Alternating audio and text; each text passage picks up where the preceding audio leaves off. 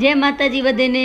તો જો હું બારે ગઈ હતી, મારે કામ હતો થોડોક, તો એક તિતલીવાળા છે ને, તિતલીવાળો શું ગાડીવાળો એક તિતલીને ઠોકતો ગયો બિચારીને, અકસ્માત થઈ ગયો. તો હું વળી ઘરે લઈ આવી, મેં થોડીક સારવાર બારવાર કરું, પણ ઘરે આવીને જોયો આ તો ઉડવા લાગી ગઈ બરાબર ને, એટલામાં વરસાદ આવી ગયો.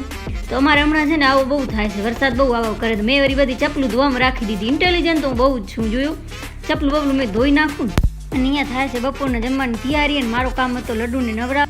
લડ્ડુ નરાવી બરાવીને જો બપોરનો ટાઈમ થઈ ગયો એટલે આજ બનાવે તો સેવ અને ટમેટાનું શાક, અને બેને બનાવી હતી લીલા મરચાંની ચટણી, છાશ, અને ડબ્બામાં છે દાડા ગયા હતા ભચાઉ, તો ભચાઉથી લઈ આવ્યા છે મોનઠાર ને ચેવડો, કંકોડા, પપૈયો અને સિંગા. ને અહીંયા જો મારા દાદા જમવા બેસી ગયા છે.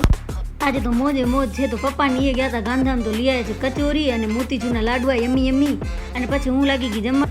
અને જો અમારી ભત્રીજી આવી ગઈ છે રમવા, મેન દીધો ટમેટો. બચારી મનમાં મને કહેતી હશે કે અમારી ફૂઈ હાવ કેમ છે, હવે અમારાથી ખવાય. તો આ વિડીયો ગમ્યો તો લાઈક